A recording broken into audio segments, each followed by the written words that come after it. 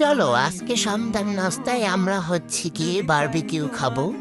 তো প্রথমে কতগুলো চিকেন আমি ধুয়ে তারপর সেখানে আমি লবণ দিয়ে দিলাম আর কিছুটা আদা রসুন বাটা, তারপরে একটু ধনিয়ার গুঁড়ো, তারপর একটু হলুদ দিয়ে দিলাম। দেন এখানে হচ্ছে আমি বারবিকিউ সসটা দিচ্ছি, আপনারা চাইলে বারবিকিউ মশলাটা ইউজ করতে পারেন। তো এই যে দেখেন আমি হচ্ছে বারবিকিউ সসটা ঢালতেছি, বাট এটা কোনোভাবে পড়তেছে না, কি যে করি। এটার এই কত এই যে পড়লো, এতক্ষণে পড়ছে এটা।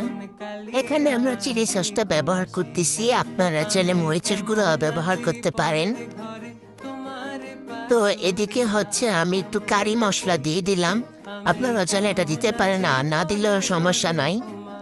তো সবশেষে আমরা হচ্ছে কয়েক পিস লেবু দিয়ে দিলাম।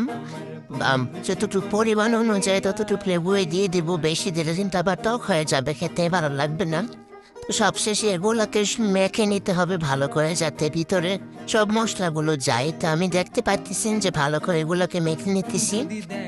তো এখানে আমার মাখা অলরেডি শেষ, আমি এগুলাকে এখন 10-15 মিনিটের জন্য একটু রেস্টে রেখে দিব। তারপর হচ্ছে আমি এগুলাকে এয়ার ফ্রায়ারে দিয়ে দিব।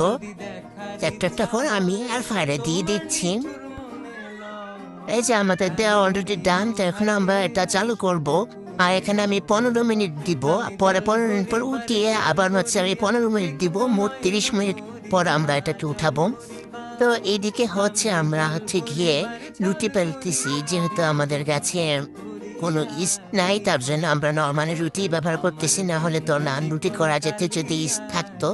তো এগুলোতে নর্মাল যে রেগুলার রুটি আমরা খাই ওইটাই আমরা করতেছি।